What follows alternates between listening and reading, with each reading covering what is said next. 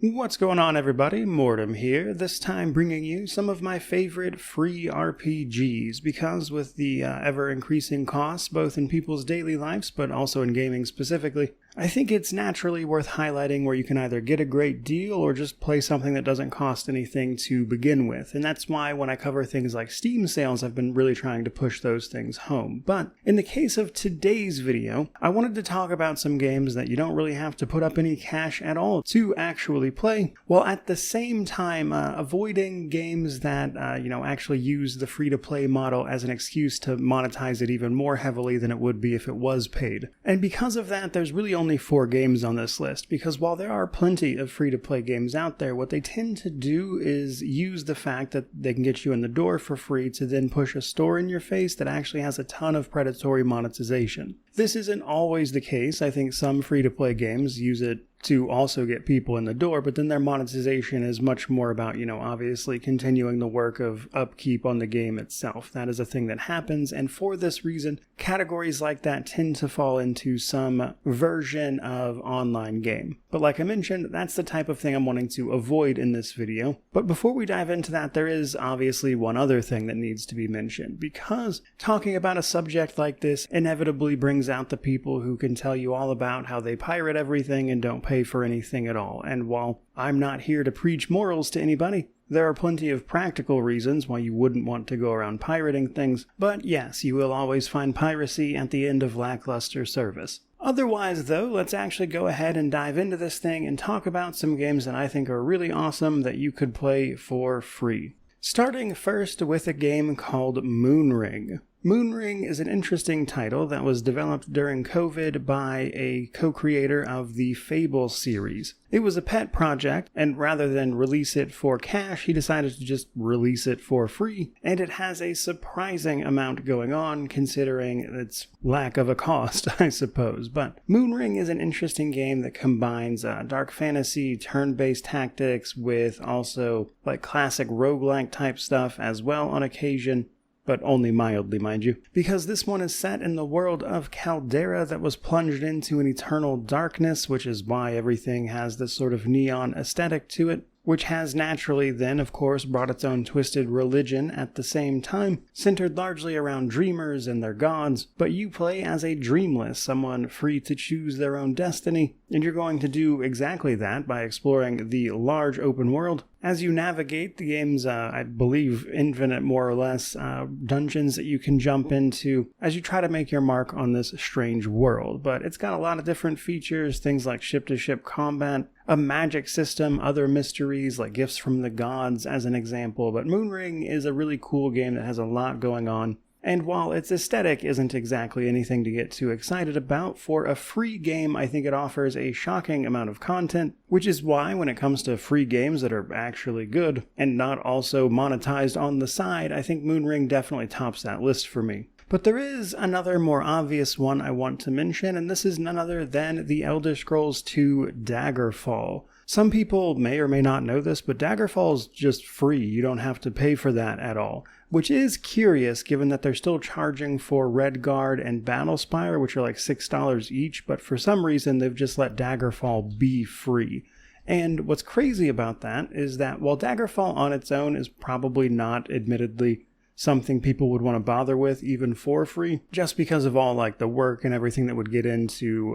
running it and whatnot. But the catch is, that's all pretty much been done for you via Daggerfall Unity. Basically, you can grab Daggerfall for free, install Daggerfall Unity, which is effectively like an engine replacement more or less, and then point it towards your installation of Daggerfall, and then pretty much be good to go. And there's even a whole host of other mods that are designed to work on top of that. And while yes, Daggerfall isn't exactly the prettiest game for some of us who still appreciate things like strange sprite-based graphics, I honestly do kind of enjoy it in its own way. But the crazy thing about Daggerfall and why it's so easy to include on this list even beyond that stuff is that it is an incredibly unique game that you could easily play for hundreds of hours across different characters if you really wanted to. Daggerfall does something that really no other game does, and its implementation of being something more akin to like a fantasy life life simulator, where you can play out, thanks to the game's character creation, all these like incredibly specific character builds and then watch them try to make their way through this impossibly large space. And while it's not perfect by any means, there are certainly places where it is going to show its age, but if you are looking for a free experience and that is enough to get you to look past a couple flaws, I think you would be surprised at just how much Daggerfall can actually still hold up if you're willing to just do things like, of course, install Daggerfall Unity or then adjust anything you run into that maybe not exactly to your liking, as an example. And I think you'll find, if you give it a shot, that Daggerfall is shockingly good for what it is, even today. And in terms of just like sheer value proposition of a game that is free with no like monetization strings attached, Daggerfall is just right up there at the top of the list. It's actually kind of crazy. Which is even weirder then that they are, again, still charging for Redguard and Battlespire for like $6, and those two games barely run half the time. But nonetheless, a couple more to talk about. The other one I wanted to mention is a little more recent with Lunacid, Tears of the Moon. This game is more of a free kind of experiment that they kind of just put out into the world. You see, this game is effectively more like a first-person dungeon crawler almost, made with the same tools, more or less, that were used to make a game like Kingsfield. As a result, it's certainly a little janky in the sense that, especially if you're using the Steam release version of it, the keys can't be rebound and the PC controls for it are a little crazy, honestly. But to be fair, the game was made with tools designed for like the PS1 and PS2, so that's something I think the free-to-play price tag makes it easier to get over. But what's really cool about this game is that it is connected, of course, to the other, much more modern Lunacid, but in this one, there is a vision being granted to Calamus Cerulean of an apocalypse, more or less, and our job in this game is to do everything we can to forestall that, which we're going to do by running through dungeons, attacking everything we see, as we try to, I believe, put a great old one back to sleep was kind of the gist of it, so the apocalypse does not happen. And while the game is very purposefully kind of dated, I think it still has a lot of really cool atmosphere, a lot of fun gameplay in places, a lot of fun stuff to sort of figure out on your own, which will likely keep you entertained for probably, 10 or so hours if you want to play through the entire thing.